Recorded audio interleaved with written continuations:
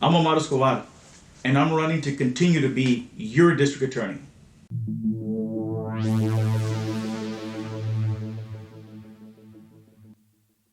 So, in 2018, Gocha Ramirez sits right in my office there at the DA's office. And we had a discussion in which I had asked him why he did not participate in the March 2018 primaries. I didn't see him take a side. I didn't see him take an active role. He did nothing really in that race. And his response was, we'll get into that later on, but his response was basically that he didn't agree with the team because they had been corrupted by money. And in my office, as he sat there, told me, Omar, there's a rumor that I'm going to run against you. I'm not running against you. This would have been, I'm going to say, approximately May or June of 2018, right there in my office. And so it wasn't until somehow, some way, in late 2018, that he sort of talked into running for DA. And the big mystery, it shouldn't be much of a mystery, the big mystery is who exactly talked him into running for DA if he had said no.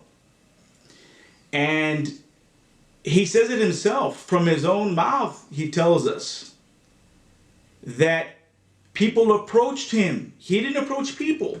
People approached him to run.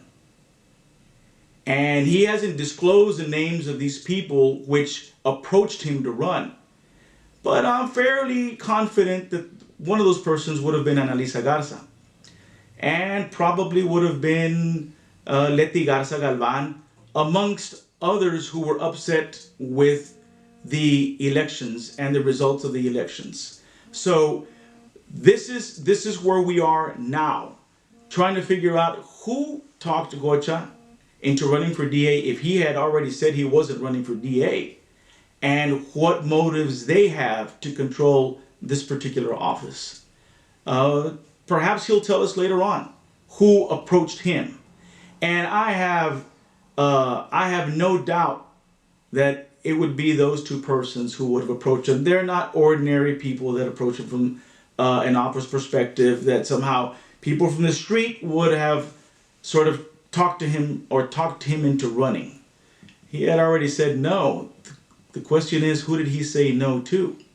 But it is interesting that in the 2014 article, his response to ¿Qué más quieres, Gocha?, in which he says that it doesn't take a genius to figure out who made money off construction, he also tells us that somebody approached him to run for office, that supposedly Bacho sent somebody, a board member that he did not want to identify, to run for office. The only thing that I can surmise at this point was that by 2014, Leo Lopez was already courting Gocha to run for DA. Because Leo Lopez and Gocha's connection go way back to when he ran for city council. Or is Gocha going to deny that too? So if we look back now, when we begin to start connecting dots, you start seeing that Leo Lopez has always had a connection with Danny and with Gocha. And so now we got Danny and we have Leo Lopez indicted in a Weslaco bribery case in which Leo Lopez has already pled guilty. And we have Gocha representing Danny. So you have to begin to now wonder who all was connected and where are those connections now. It seems to me like those connections that go way back were never broken. And the person at the center of this really is Leo Lopez. Even Analisa Garza, who was clamoring, pushing to have somebody indicted after the audit. She even put in calls to federal prosecutors herself to try to push for somebody to get indicted, and feds had not acted on it. But even she became involved in pushing for people to get indicted. And the question always was, Ana, you need evidence. Prosecutors need evidence. You're a district attorney for Starr County, Duval, and Jim Hogg counties.